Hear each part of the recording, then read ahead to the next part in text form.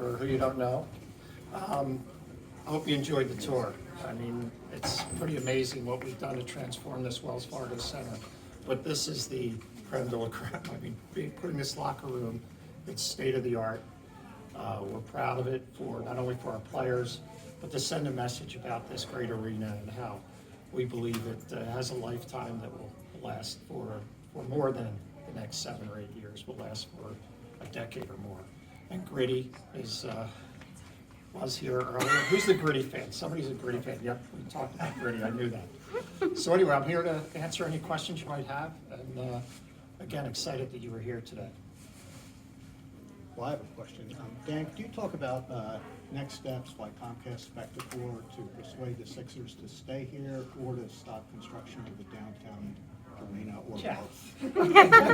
You could have waited until like the second question. Well, look, here's what I say, and it's you and I have had this conversation. I'll say it to the group as a whole. The Sixers are under contract to be part of the Wells Fargo Center through 2031. Between now and 2031, and I've said this to the 3 key owners. I've said this to Tad and the rest of the leadership team. We will do everything in our power while the Sixers are here to help them in any way to win an NBA championship. They're Philadelphia, we're Sixers fans, and that is our pledge to everybody. Said it when we talk. That's number one. Number two, there's different studies that are going on. PIDC is doing a study, there's a parking study, there's a traffic study. It will tell whether it makes sense for the Sixers to move to East Market. Now, the truth of the matter is, they have a right to look at where they want to have their home and where they should build an arena. We get that. But the study will tell if it makes sense for that portion of the city.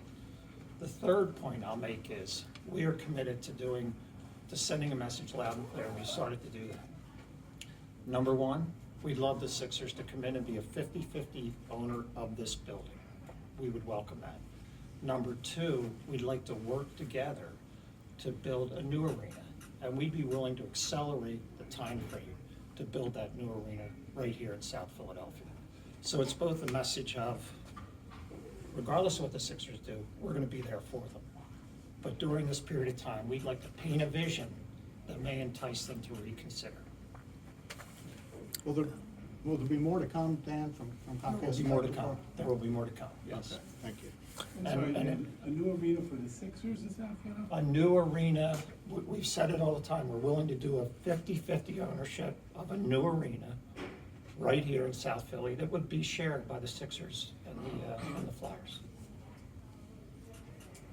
Can you speak more on the millions of dollars that you put into this for the time being? Is that to cover the next decade in anticipation for the new arena? And also, how important was it for not only sports but the concerts as well? Okay, so when you put $400 million, roughly $400 million into the arena, it's a long-term fix. Like what we believe, we don't talk about a renovation, we talk about a transformation. That this has transformed a building that was built in 1995 into a building that's state-of-the-art. I think you saw that through the locker room, with the different dining that we have in place here. We're moving it, we've moved it to a position not just to fill a gap, but that it can be here well past 2031. And we would like to maximize the potential of the lifetime of this building. That being said, we believe that if we ever could get to a point where we persuade the Sixers, and again, they have the right to look at building their own arena. It's very clear, and that decision will be made. But we think that one-on-one working together in the greatest sports district in America to build something very special for both the Sixers, call it a Sixers place, a Flyers corner, however you want to do it, we think we could do that. And if we had to move up the timeline to make that happen, we're more than happy to do it. There was a lot honoring Mr. Ed Snyder. Can you talk about what that means to you? Well, I on Glenn's show, I talked about this. I'm a Philadelphian. I mean, I'm originally from Drexel Hill, grew up in Ocean City, but suburb of Philly, right? And the truth of the matter is, have taught my children, just as I was, that we're fans of all Philadelphia teams. Nobody is more iconic in Philadelphia than Ed Snyder. And frankly, everybody I talk to refers to him as Mr. Snyder around here because there's that much respect for him. So we just feel that as we move into this new era of ours that we're talking about, that's going to take time, frankly, to get the team to where we want it, that we wanted to go back and talk about what I call the foundational titans of this organization. That starts with Ed Snyder and all that he meant, not only for this franchise, but for this city as a whole. So I'm not Ed Snyder, and I'll never be Ed Snyder. But as a person that's been given the reins, so to speak, and the ability to manage everything here, I want to make sure that I stand up, or that I live up to the standard that he set. And so we want to do that visibly in any way possible to show that we do have great admiration for those that stood before us, but we're using that as a springboard to build something very new. Kind of as a follow-up to that, it's pretty clear that there was a lot of care placed into the design of everything over there, but especially everything that talks about the history, from the cups to Ed Snyder to, you know, the team pictures and everything. Was there collaboration with regards to people who have been here for years in terms of how those things should be presented? Yes, and I again, it's good, and we've had this conversation earlier. Look, I firmly believe that if you look at the National Archives building in Washington, it says clearly on the side, the past is prologue. I think originally that's Shakespeare. I may be wrong. But the truth of the matter is, unless you honor the past, unless we honor an Ed Snyder, unless we honor the foundational titans, a Bobby Clark, a Paul Holmgren, a Bill Barber, whoever you name, honor them, respect them, listen to their thoughts, you can then build a future based on the leadership of a Keith Jones, a Danny Briere, John Tortorella. So in honoring our past, we free ourselves to really think about an exciting and bright future. Are there any particular, I guess, suggestions that you took to advise you on kind of what it should look like? So here's like, we can only be ourselves, right? I've always been in positions where I've had a chance to meet a lot of people and interact. One thing I admired about Mr. Snyder as a fan in the 70s and beyond, he engaged everybody. He talked to everybody. I try to do that. You were here this morning, we had a group of a couple hundred fans here. What better way to talk about the Flyers than sit down with fans?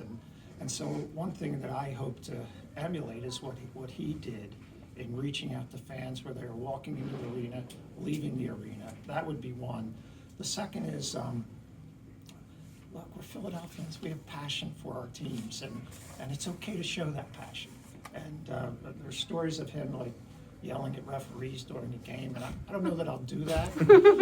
I did when I was a kid at the Palestra or whatever it might be, but passion. So it's about engaging the fans, passion, and building a culture of collaboration and true sustainable winning. Is there anything that stands out that fans have said to you as far as bringing something back, improvement, and of course the success of the Flyers, and of course Yeah. the success in here. It's interesting. I think that the thing that has stood out for me, there's a lot of things. Like I had a guy this morning, he's a chef by trade. He told me he can fix the power play. So and he said, and I wrote Danny Briere a letter, and that's great, because I was like, okay, tell me how you can fix it. But I think the thing that stands out for me is, and this is not criticism any one person, I think we lost sight of the fact that the fans have a stake in this, that the fans pay good money, hard-earned money, to sit in these stands and support the team that they've loved since they were kids. We are committed, through myself, Keith Jones, Danny, throughout the organization, to be as open as is possible about the timeline of a rebuild. Well, we're going to rebuild, but we're going to try to win every single night. So I think the main thing is we all have opened up to the fact that it's important for us as the stewards of this great franchise and this great Wells Fargo Center and Comcast Spectacor, that we be as approachable and open and bring fans along on the journey. Preach patience, but bring them all along on the journey. And the reaction I've seen is, hey, it's great to see, we're gonna give you a chance.